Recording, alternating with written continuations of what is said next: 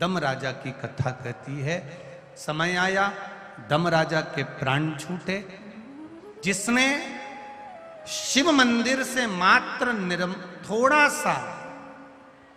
थोड़ा सा नैवेद्य चुराया, मरने पर दम राजा बना, वहां से छूटा। पद्मकल्प के अंतर्गत पुलस्त बाबा के यहां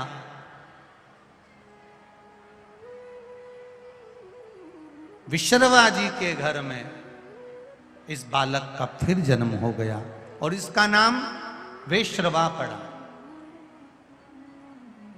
अब वेश्रवा जब पड़ा, नाम पढ़ते से ही 3 जन्म का ज्ञान इसको था। शंकर जी के मंदिर से नैवेद्य चुरा कर पाया था, मर गया था, शिवालय गया, वहां से छूटा। छूटने के बाद दम राजा बना, दम राजा के वन में विश्रवा जी का पुत्र वेश्रवा बना। अब वेश्रवा बन गया, शिव जी की आराधना में फिर डूब गया। शिव आराधना में वापस डूबा और वेश्रवा जब शिव आराधना में डूब जाते हैं, इतने डूबते कि भगवान देवादिदेव महादेव जो वेश्रवा जी को देखते रहते कि कितनी आराधना कर रहा है, सब कुछ छोड़ दिया। शरीर में केवल अस्थियां बची है, मांस समाप्त हो चुका है, कुछ नहीं बचा। वेश्रवा के पास में, विश्रवा ऋषि के पुत्र के शरीर में मांस समाप्त हो गया, केवल पिंजरा शरीर का अस्थियों का बचा है। महाराज, दुनिया के लोग कहते हैं कि रावण असुर था, राक्षस था, फिर उसको ये इतना सोने का महल, उसको इतना सोने का नगर, सोने का महल, सोने की सत्ता, सोने की लंका कैसे प्राप्त हुआ, कैसे मिले? ध्यान दें, जब रावण असुर प्रवृत्ति का है, कष्ट दे रहा है, तकलीफ दे रहा है, लोगों को मार रहा है, संतों को, साधुओं को, ब्राह्मण जन को, गुरुजन को जब तकलीफ दे रहा है, तो फिर इतना, इसके पास में इतना सारा गोल्ड, इतना सोना, इतना वैभव उसके पास कैसे आ गया? बहुत ध्यान से सुनना। नवनिधि शिव महापुराण की कथा चल रही है। इसके बाद में आज तो ये कथा 2 बजे से 5 बजे तक हो रही है, पर कल ये कथा यहाँ ग्रेटर नोएडा में सुबह 9 बजे से 12 बजे तक होगी। टीवी पर 2 बजे से 5 बजे तक ही आएगी। कल कथा का विराम हो जाएगा, फिर 24 तारीख से शिव महापुराण की कथा 5 दिन की 28 तारीख तक कोटेश्वर धाम, बदनावर, मध्य प्रदेश में प्रारंभ हो जाएगी। कथा का समय यही 2 बजे से 5 बजे रहेगा, जिसमें पंच पुष्प की महत्वता को, जो शिव जी पर 5 फूल चढ़ते हैं, उसकी महत्वता को हम जानेंगे। उसमें से एक पुष्प की महत्वता आपको बता चुके हैं। कौन सा पुष्प? बोलो, जम के बोलो। शमी के पुष्प की महत्वता आपको बता दी। अब उसमें शमी के पुष्प के साथ में जो 4 पुष्प और हैं, उनका व्याख्यान वर्णन अपन वो 24 तारीख से 5 दिन की कथा में उसको करेंगे। शिव महापुराण की कथा कह रही है। लंकाधिपति रावण के पास में इतना वैभव कैसे आ गया, इतना धन कैसे आ गया, इतनी सत्ता कैसे आ गई, इतना बल कैसे आ गया? कारण क्या है? तो एक शिव महापुराण का ये चरित्र अपने जीवन में याद रखना। घर में अगर कोई शांत हो जाता है तो पूरे परिवार में सूतक लग जाता है। अगर एक घर में अगर एक कुछ गमी हो जाए तो पूरे परिवार में सूतक लग जाता है। उसी तरह शिव पुराण कहती है घर में अगर एक भगवान शंकर की आराधना करने वाला हो जाए तो पूरे घर में बेबहों की कमी नहीं हो पाती। रावण को ये सत्ता मिल रही है, रावण को ये बेबह मिल रहा है। अब विशर्वा ऋषि के ही पुत्र हैं लंकाधिपति रावण, और विशर्वा ऋषि के ही पुत्र हैं वेशर्वा। तो रावण को इतनी सत्ता कैसे मिल रही है, रावण को इतना वैभव कैसे मिल रहा है?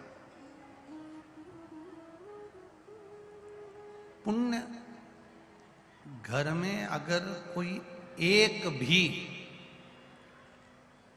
फिर ध्यान से सुनना, उज्जैन के ऋण मुक्तेश्वर मंदिर की दीवार पर पत्थर पे अंकित शिव महापुराण की एक लाइन लिखी हुई है। वो अपने जीवन में कभी आप उज्जैन जाएं तो ऋण मुक्तेश्वर मंदिर में दर्शन करिएगा। वहां लिखा है,